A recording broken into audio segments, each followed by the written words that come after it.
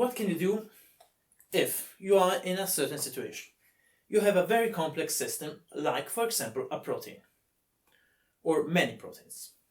And this complex system has many degrees of freedom, but some of them are incredibly fast, with a very, very, very high frequency, and are, like, for example, vibrations of very light atoms, like, for example, the hydrogens.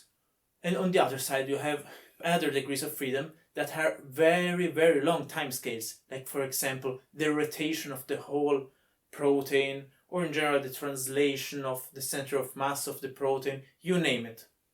So you have very, very, very, very fast timescales and very, very, very slow timescales, and you may have an arbitrary number of timescales in the middle that must be divided, or better, that each of them could be dealt better if you could be able to divide them. Because what do? If you use a big time step, yeah, you will deal properly with the very slow motions, but you will absolutely lose the quick ones, and it will give you some strange results actually. You can do it, but you would have to freeze the covalent bonds in order to avoid vibrations. So you will have to put some restraints. You can do it, there are some techniques. Simply remember not to restrain the bonding angles and the torsions. But, of course, you are putting some artifacts inside the system in this way, because a not rigid system has become a rigid system. What can you do if you don't want to make it rigid? It's simple. In the previous video, I talked about the Liouville formalism and how it gives you the possibility to create a time step algorithm, so an algorithm that propagates your system in time with whatever potential you have, an arbitrary potential. And we have also seen that you don't even need to have a Hamiltonian system. You can still deal with it as it was Hamiltonian, having a second order precision.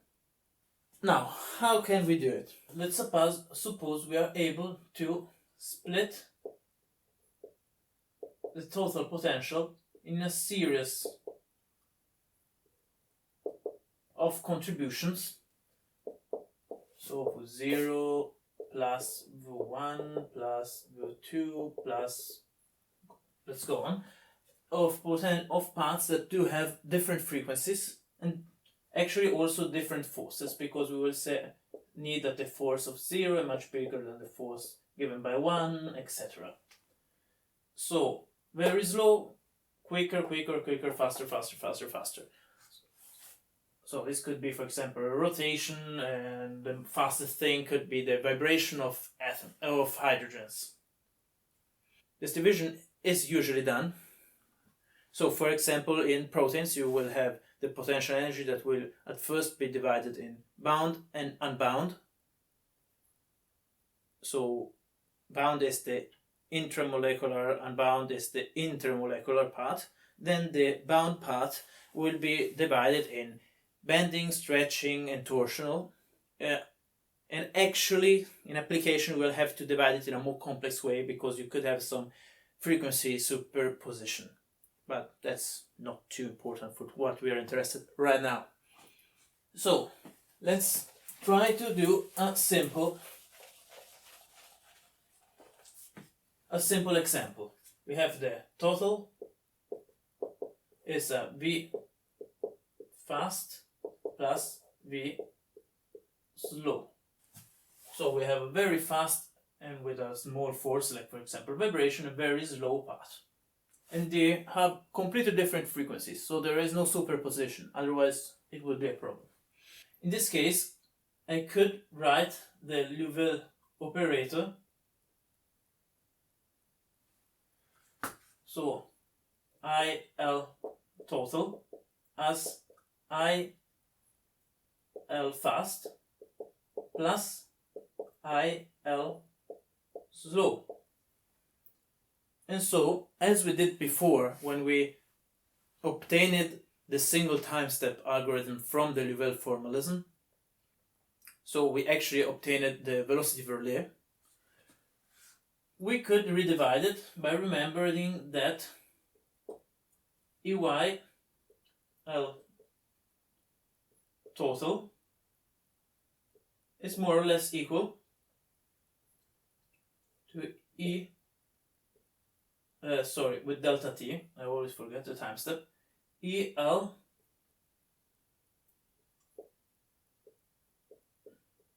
the slow part with a half delta t, the fast part with the full delta t, and again the slow part with the half delta t. So we can redivide it in this way. That's exactly what we did. And each part will be again dealt as we prefer. But again, we can redivide it. If we had 3 contributions, we could divide it again and again and again, dividing this time steps 4, 5, 6, 7. So what we obtained in the end is having a propagator for the slow motion for t plus delta t half, a propagator for the fast for t plus delta t, and then a propagator again for the slow for t plus again delta t 1/2.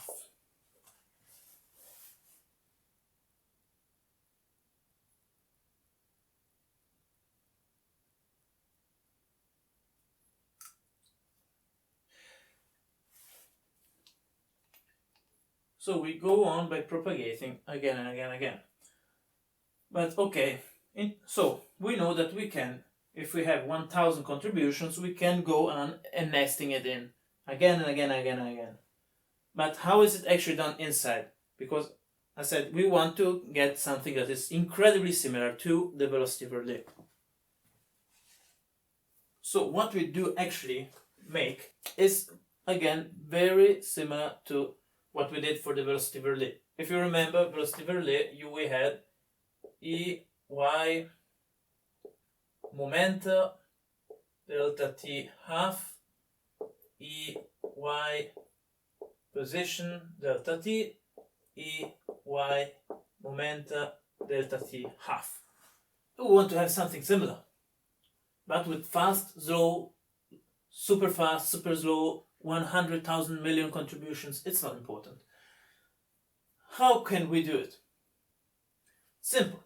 If we have something faster, we can have E, Y, LP for the slow part, so S, with the big delta t half. Then we can have, we will express it later, the propagator for the fast part,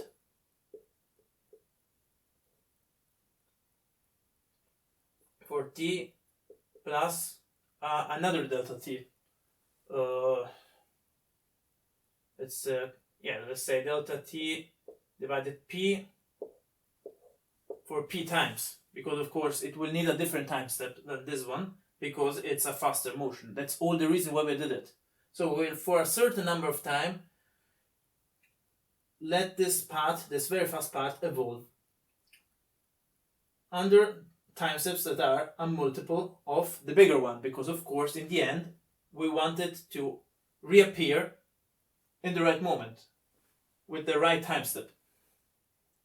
Then we can have the propagation of the positions of the slow for the full delta t, and then again the propagation for the momenta in the slow for delta t 1/2. So as you can see, it's exactly as the Verlet, of the velocity Verlet, but we put in the middle a certain amount of faster things. Of course, with a smaller time step, that must in the end still be as a multiple of delta t. So we want it to become delta t in the end. And of course we can make p as big, and therefore the new delta t that we might call, I don't know, little del t or whatever, as small as we want. We have no limit in it because the outside part doesn't care. Of course, this inner part will again be developed as a velocity relay for the fast part. And so we will have a slower velocity relay with inside a nested faster velocity relay. If we have 3 contributions, we will have nested inside it again an even faster velocity relay with even smaller time steps. They must again be multiples, but you will always have smaller and quicker and faster velocity relays that are nested one in the other with no limit in the number of them. You can go as deep in the rabbit hole as you want. And that's how you deal with very complex systems that do have many degrees of freedom that have very different timescales. So to wrap it all up, you will have a propagator of the momenta for the slow part for t plus delta t half. You will have the whole propagator for the fast part. That will be again, let's write it explicitly. You will have the propagator for the momenta for the fast part for t plus a smaller time step. The propagator for the position for the fast part, delta t half, forgot the half, for t plus the small time step, then the path again of the momenta for the fast one, for t plus the small delta time step half, and all this for a certain number of time p, where of course we have that the small time step must be the bigger time step divided p, but p is arbitrary. I can choose it times, let's write it down here, the part that is missing here. So the propagator, the slow propagator of the positions, slow of t plus delta t,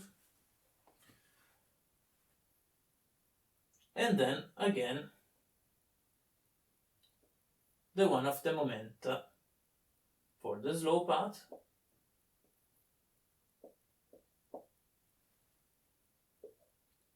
for t plus delta t half. Okay, now we all have it. Actually, I might have been a bit confusing in putting again the half here. It was only to say that you add again a half delta t, but actually it should be a complete one as you added half here. Because in the end you must do t plus delta t. It can also be written without the half here and without the half here. And in this way you see that you go always in t plus the t plus delta t, because you add half of the time step here and half of the time step here for the momenta, while you add the whole time step here for the positions. But in the end, as said, this is how you deal with very complex systems without having to put in restraints on vibrations, on bounds, etc, etc, etc. I hope you enjoyed the video. All the sources and the materials I used to do it are written in the description below. And here is some more content for you. But wait, don't click on it yet. First, remember to leave a feedback in the comments section to let me know what you think about it. Like, subscribe, follow me on social media, links in the description. And if you would like to support the channel, consider to donate on Patreon. Again, link in the description below. See you next time. I'm Maurice Karnbrook for The Computational Chemist.